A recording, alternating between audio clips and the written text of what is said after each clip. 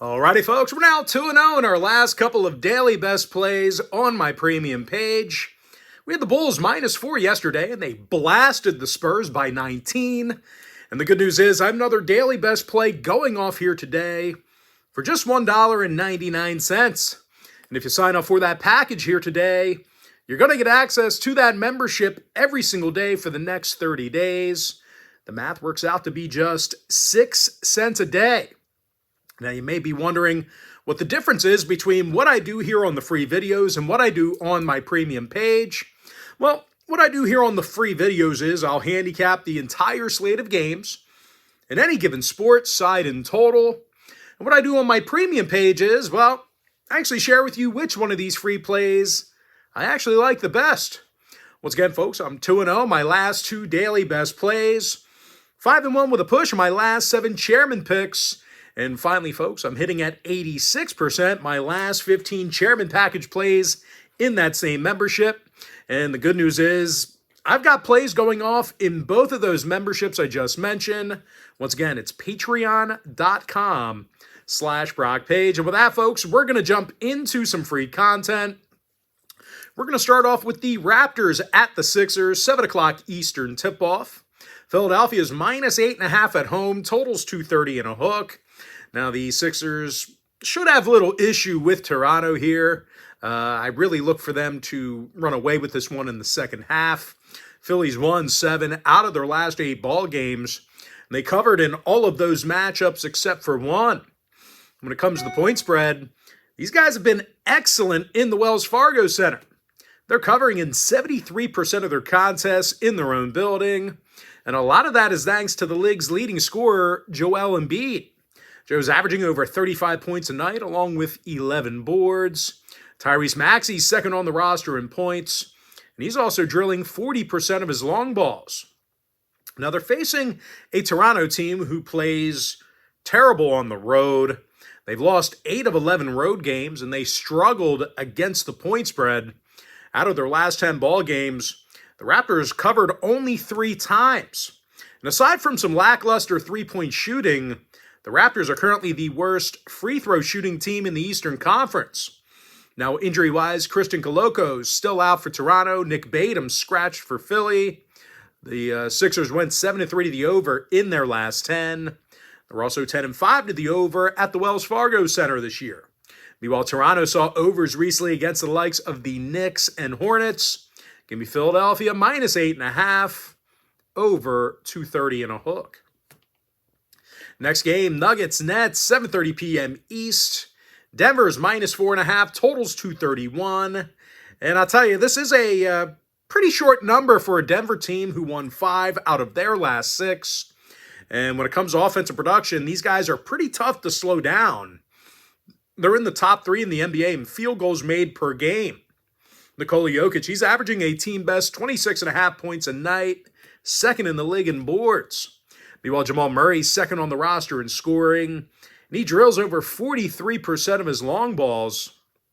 Now they're taking on a struggling Brooklyn team who lost their last 4 straight, and they allowed 121 points or more in all of those losses. And in addition to that, the Nets are just getting out physical underneath the hoop. These guys are a bottom 10 defensive rebounding team.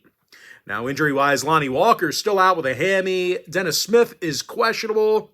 When it comes to the total, plenty of unders for Brooklyn here recently. They saw 6 out of their last 8 stay under the number. Meanwhile, the Nuggets are 63% to the under in their road games.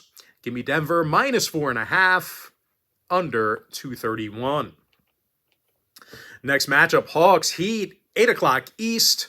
Miami's -2 at home, totals 237. And even though this number's tiny, you still got to consider the fact that Miami's struggled against the number here recently. They failed to cover in 6 out of their last 9, and they have a losing record against the point spread at home. Matter of fact, out of 13 contests in their own building, the Heat successfully covered only 3 times. And surprisingly, a lot of that is due to some poor defensive effort. The Heat's dead last in defensive field goal percentage at home in the East, and they're facing an Atlanta team who can pour it on offensively. Miami's in the top 5 in field goals made, top 3 in points per contest. And if that ain't enough, the Hawks really like to get on you early. They're averaging more first-quarter points than any other team in the league. Now, leading scorer Trae Young is averaging over 28 points a night. He's drilling just about 40% of his three-pointers. Meanwhile, Bogey and Hunter are making over 40% of their long balls collectively. Now, injury-wise, Griffin's out for the Hawks. Jimmy Butler's scratched for the Heat. Miami's last 4 straight got over the number. 7-3 the over in their last 10. Meanwhile, Atlanta went 80% to the over in their last 10 themselves. Give me the Hawks +2 over 237.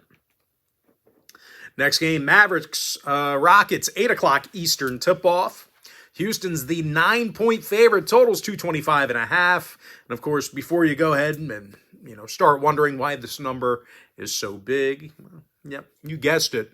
Luka Doncic has been scratched for the Mavs, battling a quad injury. Now, more recently, the Mavericks have struggled on D. They've actually lost 3 out of their last 4, and they gave up over 122 points a game on average during that short span. And another problem defensively for these guys has been rebounding. They're a bottom 5 defensive rebounding team on the road. And unfortunately for them, the Rockets are rarely out-rebounded at home. These guys are in the top 3 in offensive boards in their own arena.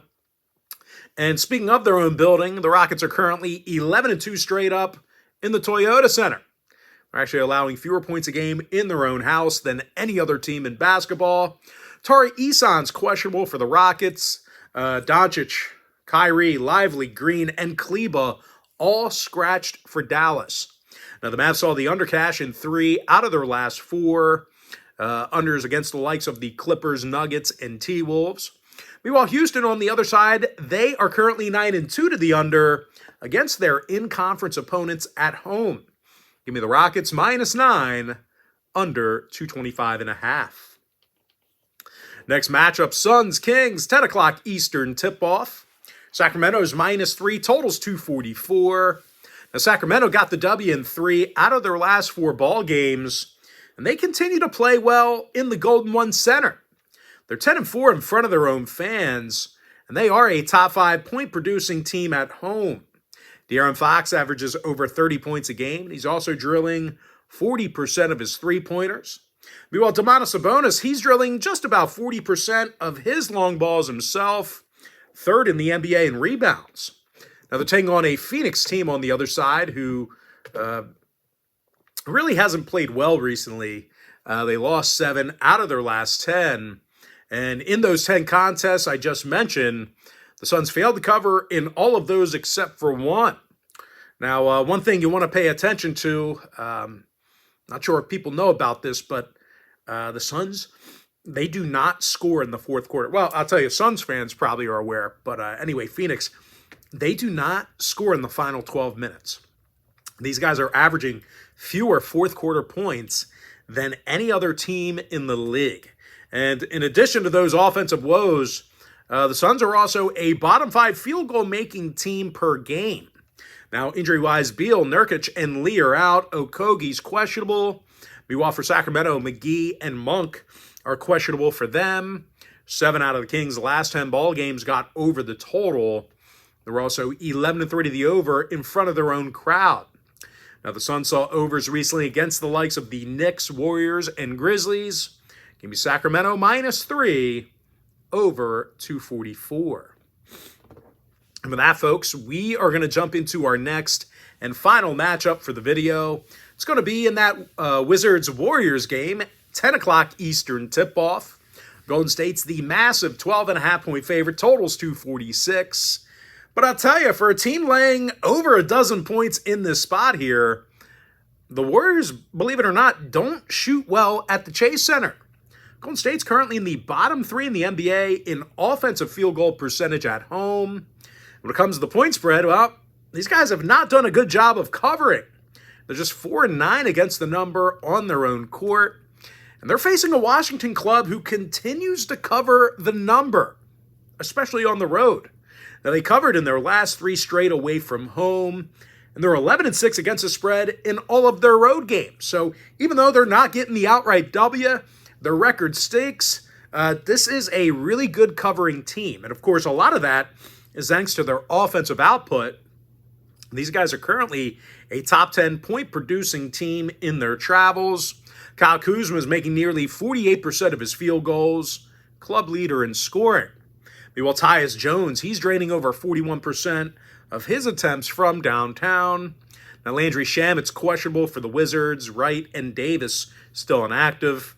Meanwhile, for Golden State, Peyton and Draymond are still out for them. Brandon Podziemski's questionable. Now, the Warriors went 7-3 to the over in their last 10. They're also 4-1 to the over against the Eastern Conference. Meanwhile, Washington went 70% to the over in their last 10 themselves. Give me the Wizards plus 12.5, over 246. And with that, folks, now it is time for our quick pick recap.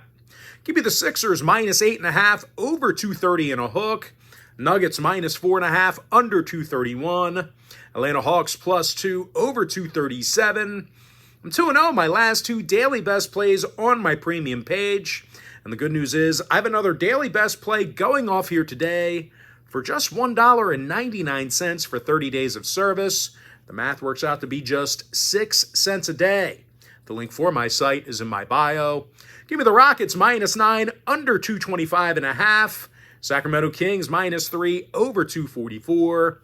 With my next and final pick for the video, give me the Washington Wizards plus 12.5, over 246.